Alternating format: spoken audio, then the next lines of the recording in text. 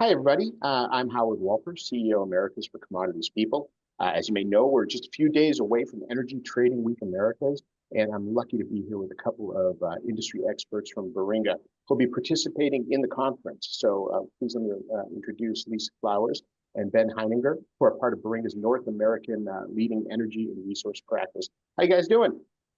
Good. Glad to be here, Howard. We're glad to have you. How you doing, Ben? I'm very well, thank you. Great, great.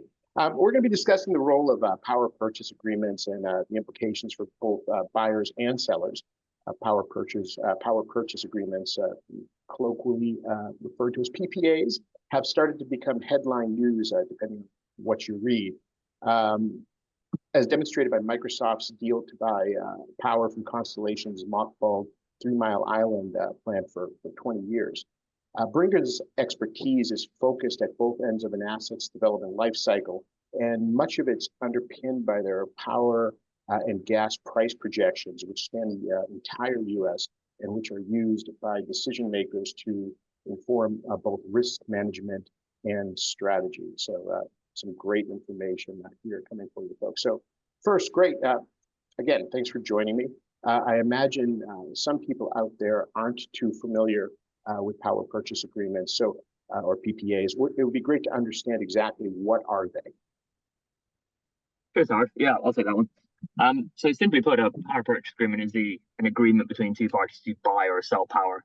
In the case of a physical PPA, which we'll touch on very briefly later, or more simply execute what's effectively a fixed or floating swap that's tied to the price of power. So that's referred to as a financial PPA. Physical PPAs are common in many jurisdictions. In the US, it's typically associated with the sale of power by a developer to a utility. So it's sort of physical electrons to the extent that those are a thing. And those are bought by utilities to meet the needs of their consumers. So people like you and me. In Europe, they are a larger share of what are called corporate power purchase agreements, which we'll touch on too. And then, as I mentioned briefly, we have financial PPAs. So that's swap, that fixed or floating swap.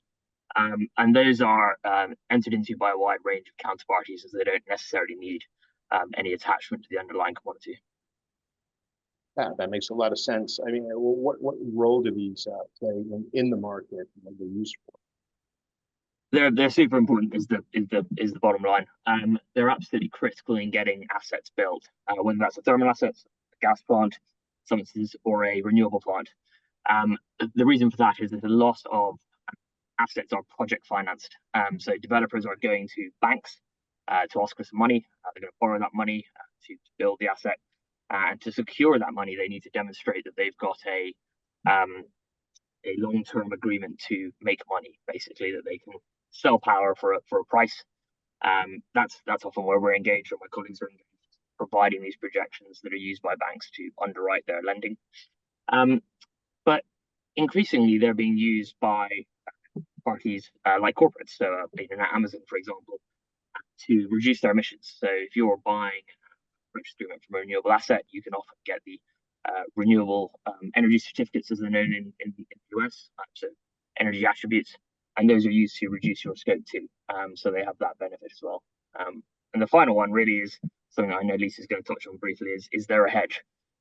They provide security and risk management to both buyers and sellers of power. It's all very interesting stuff. You have mentioned corporates here. How well placed are they to manage the exposure that these contracts create? Good question. I think there's a growing awareness of the risk that they create, as well as the benefits. And it's certainly something that's becoming a greater area of focus.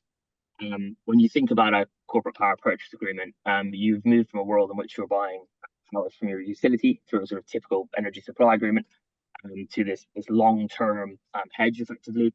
And that creates sort of new and unfamiliar risks, obviously price risk. And what you'll see is that simply, or maybe 5 years ago, and to some extent, a lot of people still today are evaluating the value of this PPA, or the sort of how in or out of the money it is, by just looking at a view of price. So they go, what's the price in the market at the moment, or what's the near-term view of price? If you're approaching it in that way, you see a lot of variability and fluctuation in the value of that position, which is challenging to communicate internally and also to shareholders. What other people have started to do as a result of that is using longer term projections like the ones that we have, that are a bit more stable, so provide sort of greater clarity over that position on an ongoing basis. But that misses a lot of the sort of, I wouldn't say hidden risks, but some of the within year risk that you can get. So commodity price shocks and that. So if you think of in Europe after the invasion of Ukraine, gas prices spiked, and that led to a lot of challenges to our clients in Europe. And equally in the US, a lot of people will be familiar with Storm Uri and the impact that had. And that creates a lot of, that sort of unpredictable over a long-term horizon. But being able to look at that shorter frame of reference is very important. And that's something that we're really starting to do for our clients as well.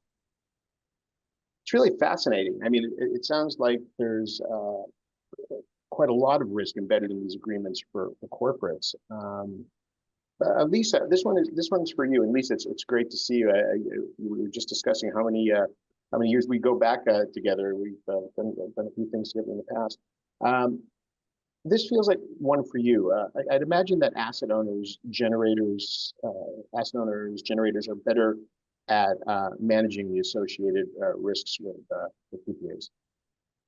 Yeah, I think that's pretty much the perception. We kind of take that in-house as, when Ben's doing his look at number of future prices and things like that. But, it depends on the operating model really of that asset owner. Are they truly just a developer? Is that what they would start out to be? Are they an equity house? Ben was alluding to, people are getting the equity to build them. Is it a corporate spinoff from a deregulating utility possibly, that went to the now wholesale shop? So it really depends on the operating model. We're seeing more companies that started in that true development side of the business. That they wanted their model was build and sell. So now we're seeing more of those going, wait a minute, maybe there is a reason I want to keep this, right? So they're looking to keep it on the balance sheet. But with that, they need to stand up the right commercial operations once they sign that PPA. As Ben mentioned, the different off takers that are out there. So they manage that with an Amazon or, people like that. But there's a big shift in their operating model, right? There needs to take place across the people, the process, and the technology to now manage it, because they're used to just being on more the engineering construction side to be able to really optimize these assets. So it is a definite different lift for them, but they can do it. Yeah, great. I mean, it turns out that not everything is, I guess, quite what it seems. Then, what are the different ways that you see parties managing their various exposures? Yeah, so again, Ben kind of touched on it, right? They're physical PPAs, Right. it's power purchase agreements, physical, they sell off the asset. Also the financial, market term is more the VPPA, so it's virtual in nature. A key component of that makes that really go to a broader, I'll call it audience, but market can take it, is that they're not obligated, as you said, take the physical, but then usually there is that renewable energy credit component, part of that they get, so that does offset. So that's a key way that they can hedge that. Asset-backed traders are also able to, they can manage their exposure more in addition to PPAs about different types of trades, right? Being out in the market, there's physical trades, there's the financial futures, definitely now depending on markets and types, right? There's all the different congestion products. And, a lot of them will go out also and do options, and they can be futures of options as the energy. There'll also be weather options, right? To hedge the risk, like a winter storm Uri and other things. So they have a lot of options out in the market to do it. Find out more about this.